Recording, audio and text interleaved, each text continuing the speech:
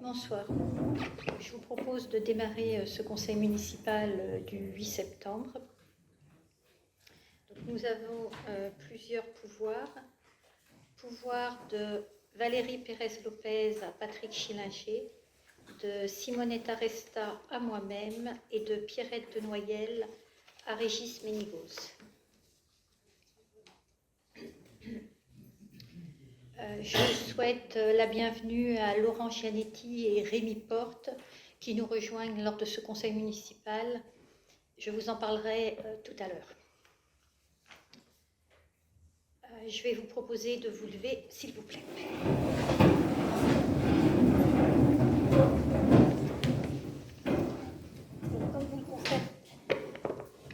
Comme vous le constatez, autour de cette table, nous avons une place qui est vacante. Donc, oui, je veux bien, merci. Chers amis de Bernard, chers élus, Madame, Monsieur, à l'occasion de ce conseil municipal, je tiens à rendre hommage à un élu engagé qui a œuvré à nos côtés depuis de nombreuses années. Cet emplacement vide, c'est celui qu'occupait Bernard Noël. Bernard est une figure de la vie publique de Magny-Longres. Arrivé dans notre village d'alors, en 1976, il rejoindra rapidement le conseil municipal dès 1983 pour devenir adjoint à partir de 1991, puis premier adjoint. Bernard a travaillé auprès de Jean-Marc Dugraveau, de Jean-Paul Balcou, puis de moi-même. Au-delà de ses fonctions à Magny-le-Hongre, il a également été élu au SAN des Portes de la Brie, devenu depuis Val d'Europe Agglomération, et au SIARL, devenu depuis le SIAM, le syndicat intercommunal pour l'eau, l'assainissement. Bernard a été présent dans cette mairie, mais surtout dans l'ancienne mairie, avant nous tous, ici. C'est dire si son engagement a été constant et si nous le connaissions tous. J'ai fait sa connaissance en 2007, alors que je souhaitais rejoindre l'équipe municipale et que Bernard se chargeait de l'entretien préalable. Je me souviens bien de ce moment, autour de la petite table ronde, dans le bureau de Jean-Paul, dans l'ancienne mairie. On a parlé librement de notre parcours, de nos idées, de Magny. Et depuis 2008, nous avons travaillé ensemble au service de la ville. Je dois dire que Bernard a toujours fait preuve d'écoute et de soutien. Lorsque 8e adjointe, je plaidais la cause de nos écoles et centres de loisirs, ce qui était ma délégation.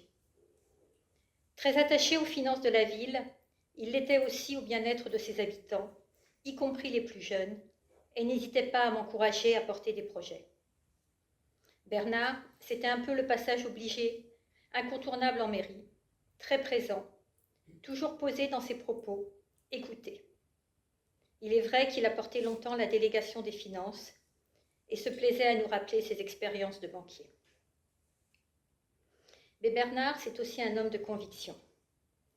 Je me souviens d'un très très long débat, à la fois social et financier. Nous avions de fortes convictions. On a fait travailler les services pour analyser toutes les options. Chacun s'est exprimé dans le respect des autres. Et après des semaines, le choix s'est fait à une voix, en faveur de la position que défendait Bernard, je dois le dire, et m'en suis accommodée.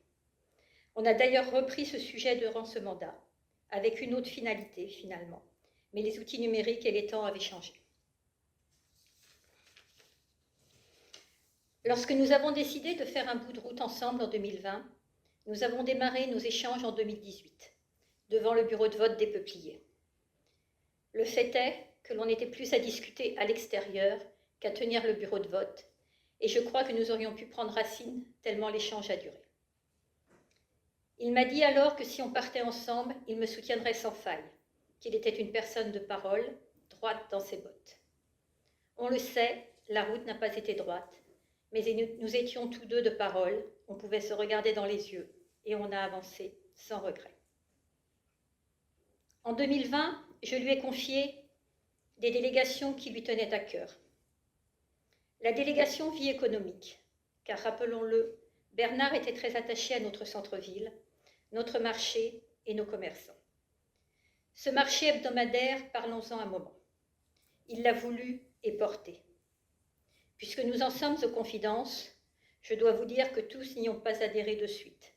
Et certains l'ont bien enquiquiné, c'est le mot, avec la recherche des subventions FISAC, des projets d'inauguration en charrette, et je ne sais quoi encore pour l'embourber. Mais l'homme de l'abri ne s'est pas laissé faire. Fidèle à lui-même, il a persévéré, pris son bâton de pèlerin, expliqué patiemment, convaincu, et nous avons finalement souscrit l'emprunt qui a permis de réaliser la halle. Après 11 ans, on peut le dire, c'est un magnifique succès que les villes du Val-d'Europe nous envient. Un marché qui tient la route, avec des commerçants réguliers. Claudia la poissonnière me disait encore samedi que c'était Bernard qui l'avait démarché. Des commerçants réguliers et de qualité, des habitants qui prennent plaisir à s'y retrouver. Ce résultat, tous ici, nous sommes unanimes pour dire que nous le devons à Bernard.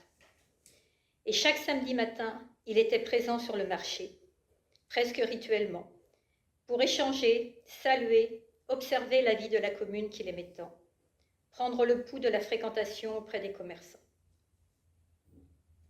Il y a aussi nos commerces sédentaires, avec lesquels Bernard échangeait régulièrement.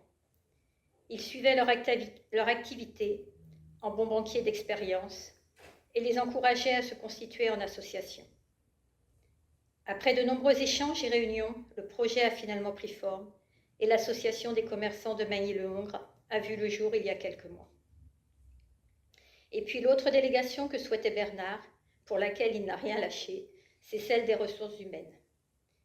Suivre le personnel de la mairie auquel il était très attaché.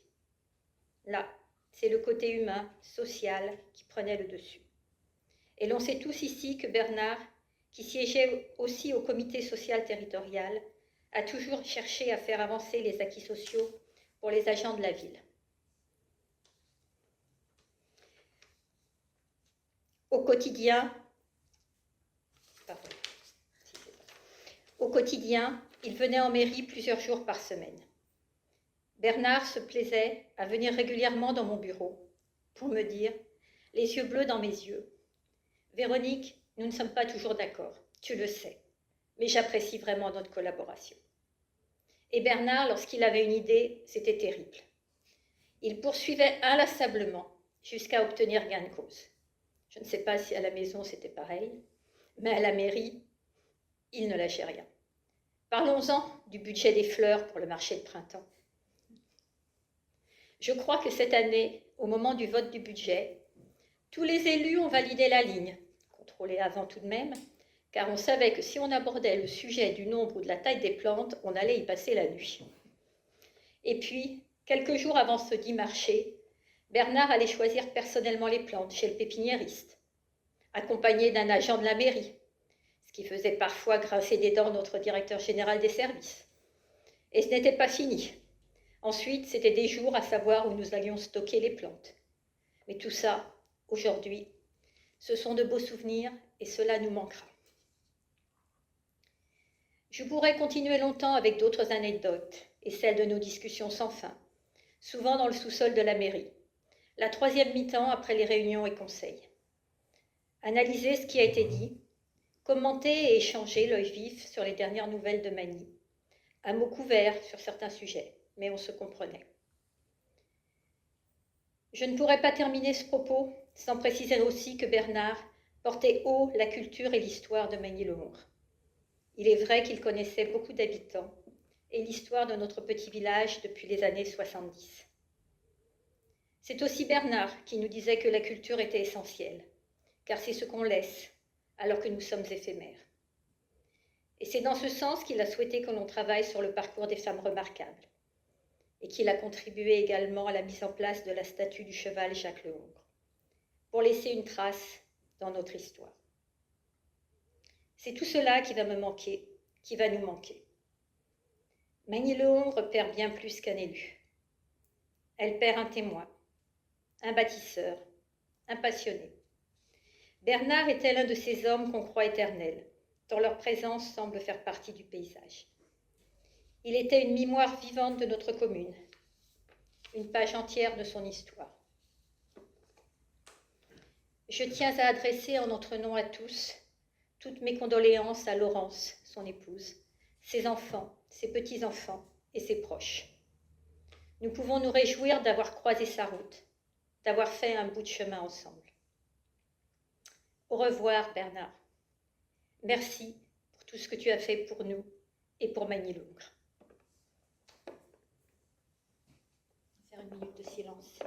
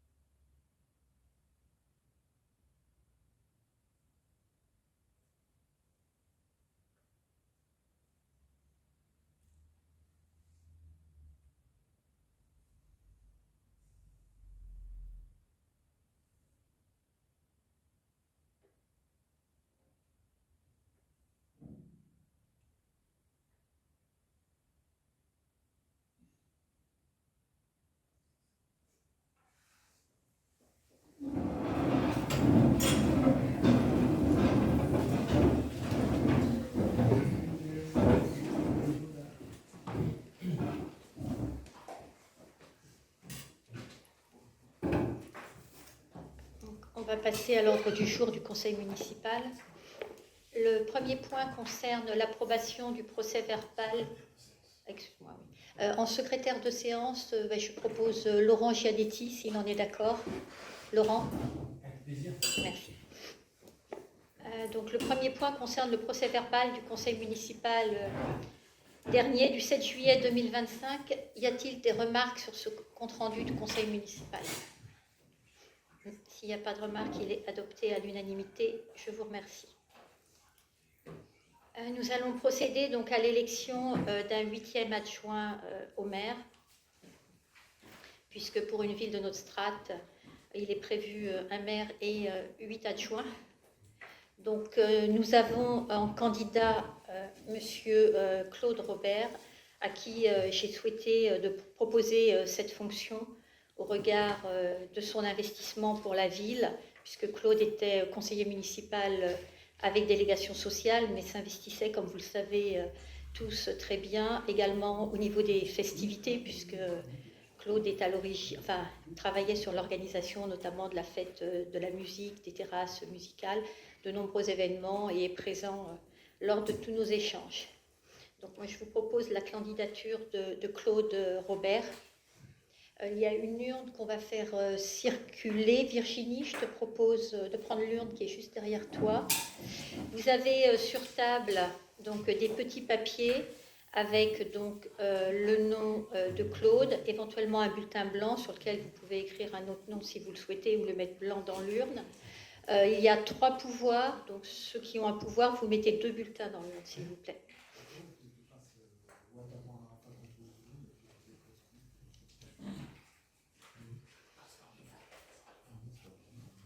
Par le milieu, Virginie.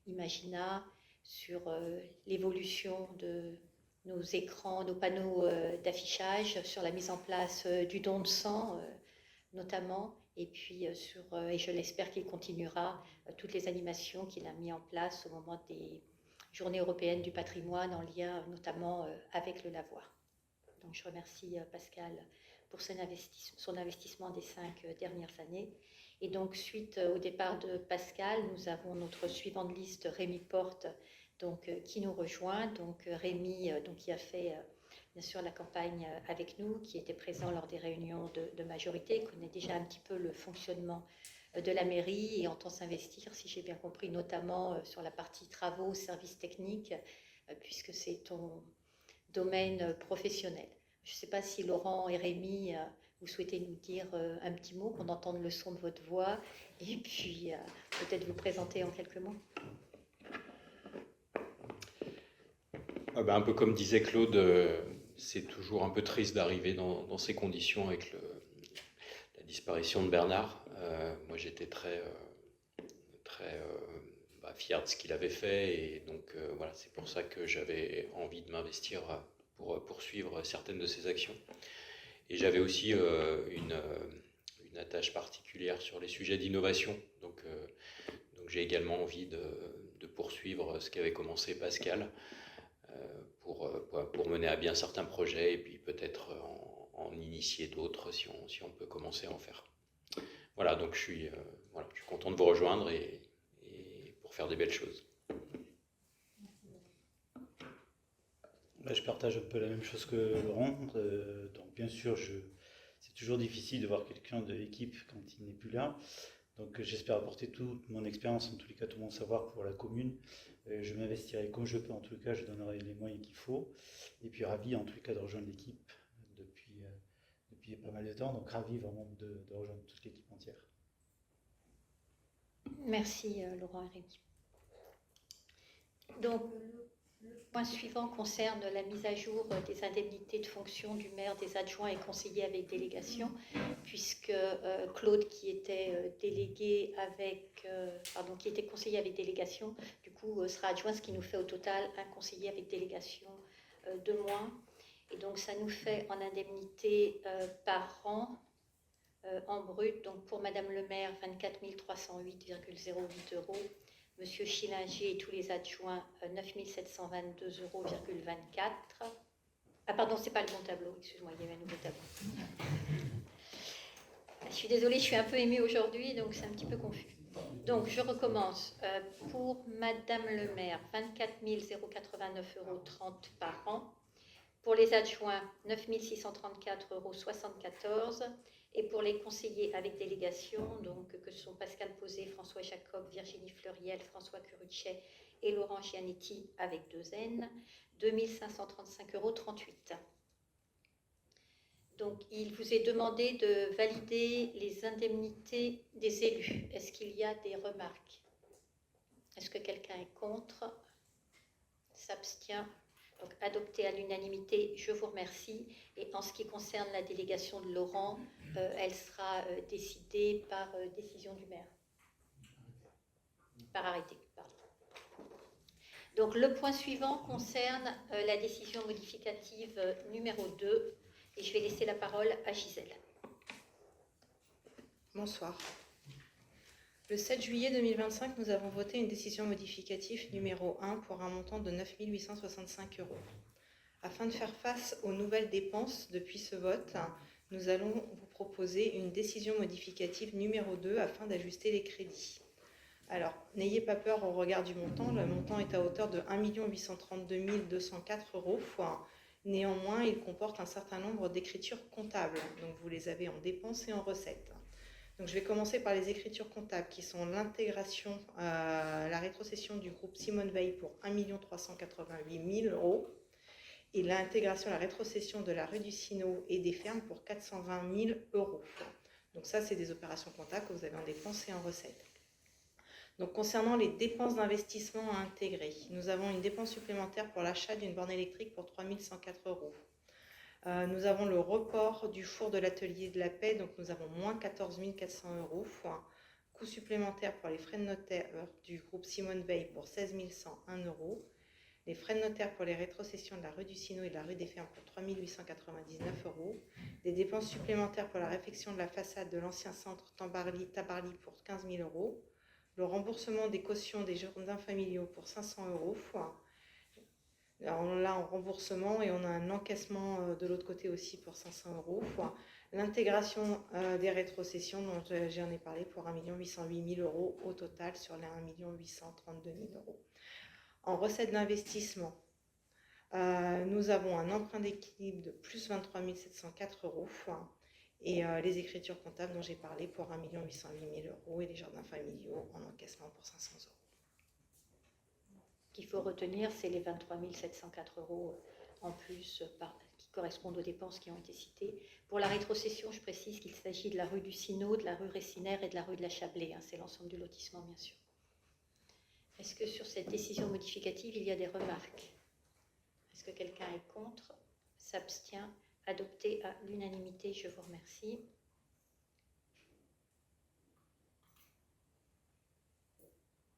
On passe maintenant aux créances éteintes 2025, Gisèle.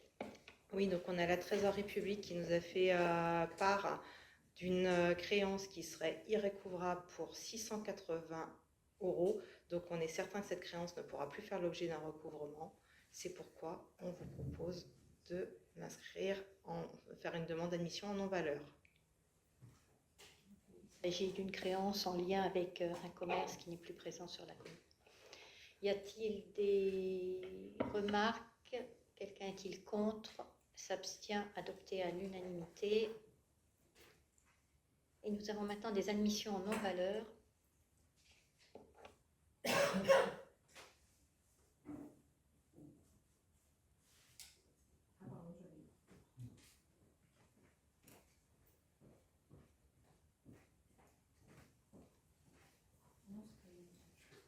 J'ai pas de... Sous ouverture et fermeture de poste. Donc, nous avons un certain nombre d'agents qui ont pu bénéficier de la promotion interne fin 2024. Ils ont été nommés dans leur nouveau grade à la fin de la période légale de 6 mois. Et il convient donc de fermer les postes qu'ils occupaient précédemment et qui sont désormais vacants. À savoir un poste de rédacteur principal de première classe, un poste d'adjoint technique principal de première classe et un poste administratif territorial.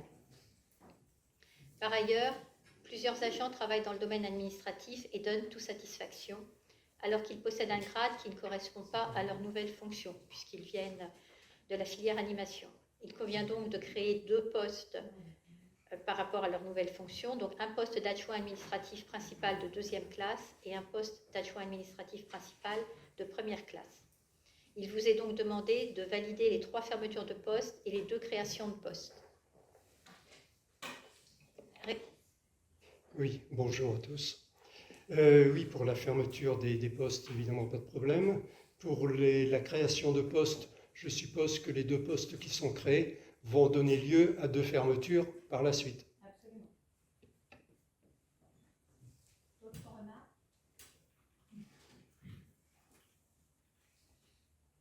S'il n'y a pas d'autres remarques, le point est adopté à l'unanimité. Il nous est ensuite demandé de de voter la modification des statuts de Val d'Europe Agglomération concernant 2 points. Donc le premier point concerne la prise de compétences pour le soutien des politiques en matière de l'emploi par l'agglomération, puisqu'il y a une refonte en cours en fait de la mission locale. Et là où précédemment les villes adhéraient, en fait, c'est maintenant l'agglomération qui adhérera et donc qui aura des représentants qui seront forcément les représentants des villes qui font partie de Val d'Europe Agglomération. Et c'est Val d'Europe Agglomération qui siégera en fait au CA de la mission locale et donc qui prend cette compétence d'emploi et d'insertion professionnelle et sociale des jeunes. La deuxième modification des compétences de Val d'Europe Agglomération concerne l'éclairage d'ornementation, puisque la place d'Ariane en fait, est éclairée chaque année par Val d'Europe Agglomération et la préfecture a demandé à ce que cette compétence apparaisse dans les statuts de l'agglo. Donc pour tout ce qui est gestion des illuminations festives place d'Ariane, sur les communes de Chécy et Céris avec achat, entretien, installation et démontage. Donc sur la modification des statuts de Val d'Europe Agglomération qui bien sûr ont également été votés par les élus qui siègent à Val d'Europe Agglomération. Est-ce qu'il y a des remarques? S'il y en a, je serais bien embêtée que quelqu'un vote contre. Est-ce que quelqu'un s'abstient? Adopté à l'unanimité. Je vous remercie. Le point suivant concerne le projet de vente de 3 cabinets du pôle médical. Donc déjà, le pôle médical va être livré sur la fin octobre. La date de signature, si je ne me trompe pas, pour nous est prévue le 22 octobre.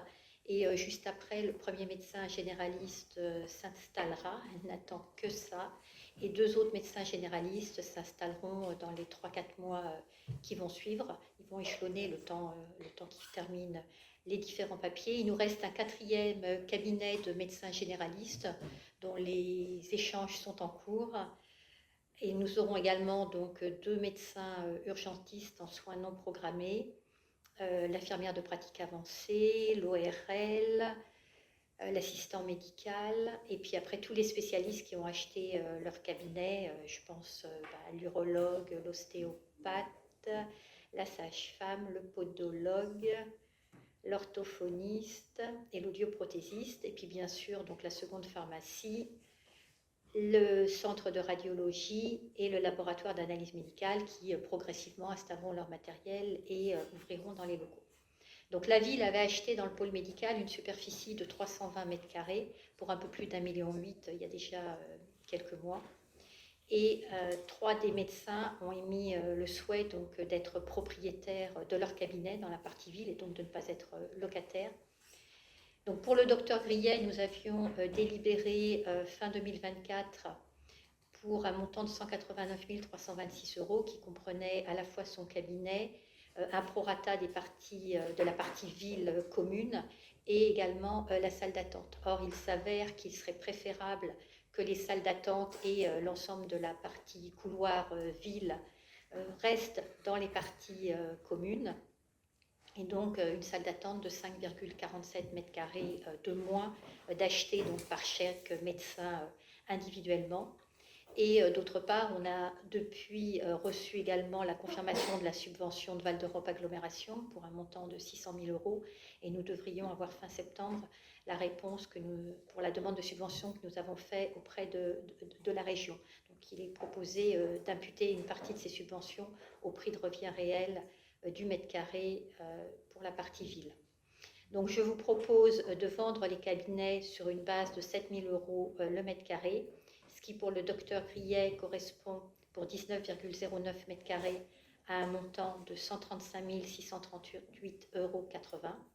Pour le docteur Bounemeur, un cabinet de 16,08 mètres carrés pour un montant de 112 785 €.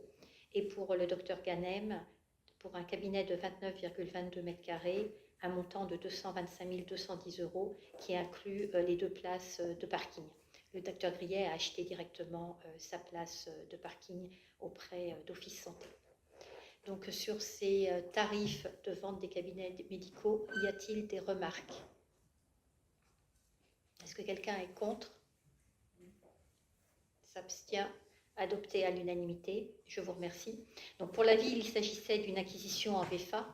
Donc dès que nous serons propriétaires, à partir du 22 octobre, il sera possible de signer avec les différents professionnels de santé qui du coup eux-mêmes se retrouveront propriétaires. Bon, il est bien évident que pour toutes les étapes intermédiaires, les réserves et autres visites, ils sont associés systématiquement et donc se rendent sur place et regardent déjà s'ils ont des remarques à faire par rapport au cabinet. Mais bon, dans l'ensemble, ça se passe plutôt bien. Pour les autres locaux donc, qui ne vont pas être achetés par les professionnels de santé, donc il est proposé de louer les cabinets et je vous propose donc pour les cabinets des médecins, donc les plus grands autour de 20 mètres carrés, une tarification de 300 € mensuels hors charge. Et pour les plus petits cabinets, IPA, docteur junior interne, assistant médical, une tarification de 200 € par mois hors charge. est-ce que sur cette tarification, il y a des remarques? Oui, Régis. Oui, il faudra faire la clarification si c'est du hors-taxe, si c'est exonéré de TVA, enfin faire le point sur ça, sur ces montants. Alors, normalement, c'est forcément des montants TTC. Puisqu'en fait, au niveau de la ville, on n'a pas de TVA sur nos quittances, entre guillemets, ou nos mandatements. Oui, on n'est pas assujetti à ça. Non, c'est bien ça. Il y a d'autres remarques? Non. Est-ce que quelqu'un est contre? S'abstient? Adopté à l'unanimité. Nous avons ensuite un projet que peut-être Suzanne va nous présenter pour la convention de prêt de salle pour la mise en place d'un espace d'éveil artistique. Bonsoir. C'est une association qui s'appelle la Quai, le nid de Jais. Le projet, c'est pour de 0 à 6 ans. C'est un éveil artistique, les enfants avec leurs parents.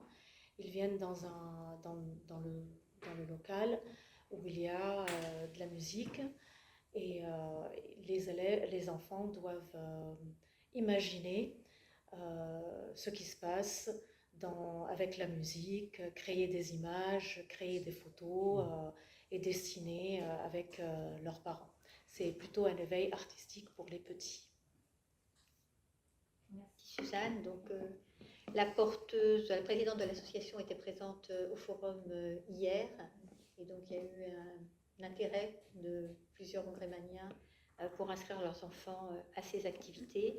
Et elle sera également présente à la salle des fêtes la semaine d'Halloween, c'est ça, avec une mise en scène et donc la possibilité pour le public de pouvoir découvrir le parcours et les ateliers. Voilà. Donc, pour le prêt de salle pour cette association, est-ce qu'il y a des remarques? Est-ce que quelqu'un est contre? Oui, on sait où elle en est au niveau de son business plan qui était en cours lorsqu'on en a parlé lors de la dernière réunion préparatoire. En fait, elle a créé une association et nous avons tous les documents en mairie. C'est une association maintenant. Et c'est pour ça, parce qu'au départ, elle était auto-entrepreneur, et c'est pour ça qu'elle a pu participer au forum. Et qu'on lui mettra à disposition une salle gratuitement, puisque ça apportera un service de plus à nos habitants, comme on le fait pour les autres associations. Est-ce qu'il y a d'autres remarques? Mathieu? Elle ne devait pas être salariée? Elle ne devait pas se salarier? Ça, après, c'est possible dans toutes les associations. Vous avez des membres du bureau qui se salarient. Oui. Mais elle est présidente de l'association ou... Non, elle n'est pas présidente de l'association.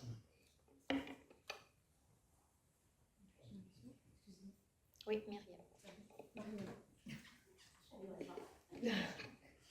Merci. Bonsoir. C'était pour savoir à quelle salle vous pensiez pour cet assaut. Alors, on pense lui mettre à disposition la salle polyvalente de l'école Simone Veil, parce que c'est une grande salle et on a vérifié qu'au niveau chauffage et au niveau sécurité, on pouvait dissocier la salle en fait du reste de l'école. Donc, c'est une occupation qui est temporaire, puisqu'il va y avoir une réflexion sur le devenir de ce bâtiment, qui restera un bâtiment communal, que ça n'aura échappé à personne qu'il y a des élections en mars prochain. Donc je pense qu'on va se donner quelques mois pour les uns les autres proposer nos projets et puis les mettre en place derrière. Donc cette personne sait qu'elle aura la salle pour 1 an, voire 2 ans. Et du coup, ça amènera, on va dire, de l'activité, de la vie dans ce bâtiment et pour les habitants de proximité aussi. Merci. Je vous en prie.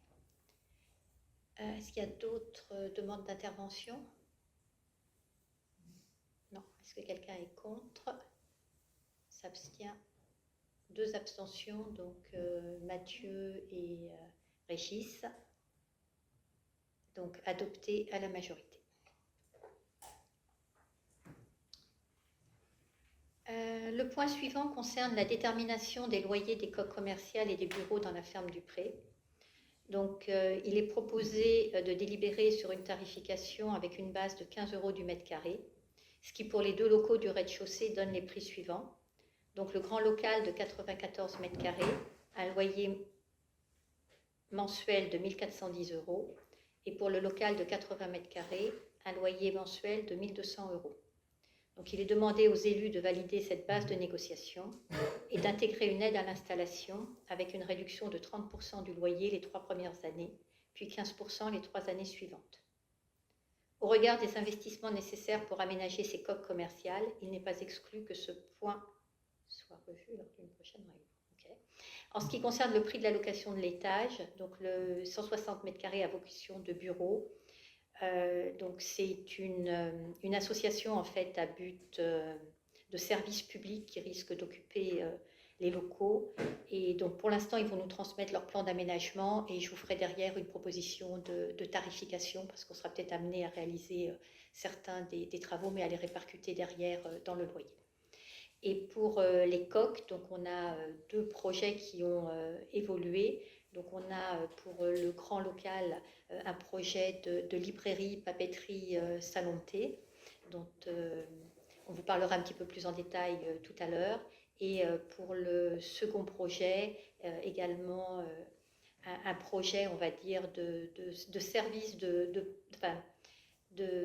d'apport alimentaire de proximité, mais sans que ce soit de la restauration. Voilà. Donc pour la tarification, l'objectif c'est d'essayer d'éviter en fait d'avoir de la restauration parce qu'on en a déjà beaucoup en centre-ville et donc de diversifier notre centre. Sur cette tarification, est-ce qu'il y a des remarques? Alors, même réflexion que pour tout à l'heure, on n'est pas assujetti à la TVA, donc il n'y a pas de TVA ni à récupérer ni à verser. Okay. C'est ça, comme pour les autres commerces que détient la ville et qu'elle loue. Est-ce qu'il y a d'autres remarques ou d'autres demandes d'intervention? Est-ce que quelqu'un est contre? S'abstient? Adopté à l'unanimité. Nous avons ensuite donc apporté à votre connaissance donc, le rapport activité de Val d'Europe Agglomération, donc, qui reprend donc, toutes les activités des 12 derniers mois. Il doit obligatoirement vous être communiqué et je dois vous en informer en conseil municipal, en séance publique. Si vous avez des remarques à faire sur ce rapport d'activité de Val d'Europe Agglomération, c'est le moment. Est-ce qu'il y a des remarques? Est-ce que quelqu'un... Je crois qu'on n'a pas à le voter. Hein? Non, c'est juste à porter à connaissance. Ok. Et on a ensuite quelques décisions du maire, donc, qui concernent un avenant donc, aux travaux en cours dans la ferme du Pré pour 9 112,40 €, un marché conclu avec la société Elastisol pour un très beau projet, donc 56 131 € que nous avions inscrit au budget. Donc ça va être la création d'une nouvelle aire de jeu au niveau de la rue des Violettes, dans les nouveaux quartiers, puisqu'effectivement il n'y avait pas d'aire de jeu pour les petits-enfants dans cette partie de Magny. Je ne sais pas si ou Marina ou Patrick, vous voulez nous en dire un mot? Ou Pascal? Bonsoir. Donc, il s'agit d'une aire de jeu avec 2 structures. Une première destinée aux tout petits avec une sorte de maisonnette dans laquelle on peut s'abriter, et puis il y a une sorte de comptoir très approprié pour jouer aux marchands et avec les enfants de l'autre côté, et un ensemble d'éléments qui permettent de jouer sur la maisonnette. Et ensuite, il y a une structure plus importante avec notamment un toboggan et différents éléments pour grimper et autres. La spécificité, c'est qu'on a demandé effectivement que le sol qui ne soit pas uni, mais présente notamment, puisque en fait tous les éléments sont sur le thème des pirates, présente notamment une rivière avec des crocodiles, et que ça soit un sujet de jeu supplémentaire. Voilà. Il y aura 2 bancs aussi associés à l'intérieur de cette aire de jeu qui sera entièrement clôturée de façon à ce que les enfants ne puissent pas se retrouver sur la chaussée. Et donc les parents, les personnes qui les surveillent au niveau des bancs ont une bonne visibilité sur les 2 structures. Voilà. Merci. Et donc en termes de calendrier, Patrick? Ça sera posé à l'automne. Et je précise juste que les matériaux qui ont été choisis sont des matériaux durables et à faible entretien. Voilà. Des matériaux qu'on connaît déjà, donc on a l'habitude de les avoir. Merci. Pour les habitants du quartier, les travaux ne vont pas tarder à démarrer. On a ensuite un marché qui a été signé avec la société Viabus relatif à la location d'autocars avec chauffeur pour les sorties scolaires, périscolaires, la jeunesse et le transport d'adultes. Et enfin avec la société G2J Elec en lien avec les travaux de transformation de la ferme du Pré. Le point suivant concerne les modalités de prêt de locaux aux candidats aux élections municipales. Donc, comme je vous le disais tout à l'heure, les dates des prochaines élections municipales ont été fixées au 15 et 22 mars prochains. Et donc, il est proposé de mettre à disposition des candidats une salle municipale, donc sur une base d'1 fois par mois. Alors, après, ça peut être organisé comme les candidats le souhaitent, c'est-à-dire 6 fois sur la période entre maintenant et mars, ainsi qu'1 fois entre les 2 tours, si jamais il devait y avoir 2 tours. Et donc en prêt, la salle des Peupliers en priorité, si jamais elle était occupée, ce sera la salle Goudaillé, sur une durée de 4 heures, 6 heures on va dire, mais pas sur un week-end entier, donc sur une durée de 4 heures pour des réunions. Les candidats donc, qui demandent à avoir le prêt de salle devront écrire un courrier en mairie indiquant qu'ils sont candidats, pas d'autres informations qui sont demandées. Et le prêt se fera dans l'ordre des arrivées et également en prenant en compte le nombre de prêts qu'il y a déjà eu. C'est-à-dire pour le premier prêt, ce sera la première demande, mais si par exemple un candidat a déjà eu la salle 1 fois et donc fait une 2e demande et qu'un autre candidat ne l'a jamais demandé, c'est celui qui ne l'a jamais demandé qui sera prioritaire. Après, quand on est sur des durées de quelques heures, on peut tout à fait imaginer que sur un même week-end, il y ait une demande de prêt le vendredi pour l'un, le samedi pour l'autre, le dimanche pour l'autre. À chacun d'éviter de laisser des clous ou des micros, mais l'idée c'est qu'on puisse tous avoir à disposition une salle gratuitement, en bonne intelligence, pour se réunir. Voilà. Est-ce que sur ces modalités de prêt, il y a des remarques? Est-ce que quelqu'un est contre? S'abstient? Donc adopté à l'unanimité. Je vous remercie. Avant de clôturer le conseil municipal, je voulais remercier tous les agents et tous les élus qui ont été impliqués dans l'organisation du forum des associations, puisqu'on a eu 57 associations de présentes. 3 d'entre elles étaient nouvelles sur la commune. Des très bons retours, puisque certains étaient même déjà complets au niveau des réservations avant d'arriver. La météo était là, donc c'est vrai que tout au début, sur la première heure, on a eu beaucoup de familles qui venaient pour inscrire, elles savaient exactement ce qu'elles voulaient. Et puis ensuite, des habitants qui sont venus de stand en stand pour échanger en fonction des activités auxquelles ils réfléchissent. Et puis on aura dans les 15 prochains jours des mises en place de séances d'essais pour découvrir les activités. Donc merci aux agents qui ont travaillé dessus, à Virginie tout particulièrement, et puis à Suzanne et tous les élus qui étaient présents dimanche après-midi. Je voulais également vous dire que samedi, donc, on a eu toute la journée le Ripper Café. Donc alors on a un petit bilan, je ne sais pas si Régis, tu crois que tu l'avais indiqué, tu veux peut-être nous en dire un petit mot? Oui, ça s'est très bien passé, effectivement, sur 21 produits qui ont été proposés à la réparation. Il y en a, bon an, mal an, la moitié qui ont pu être solutionnés. Les autres font l'objet de demandes de pièces ou sont irréparables parce que ou trop anciens ou plus de pièces disponibles. Donc c'est une réunion qui est à la fois utile, bien sûr, qui est bénévole, puisque tous ces gens-là sont bénévoles, et qui est gratuite, et qui est très conviviale en même temps. Donc les gens apprécient beaucoup, parce que dans Repair Café, il y a Repair et il y a café. Donc, et il y avait du café. Donc là, en principe, on pourra renouveler la même opération l'année prochaine, à peu près à la même époque. Ça sera à déterminer le moment venu.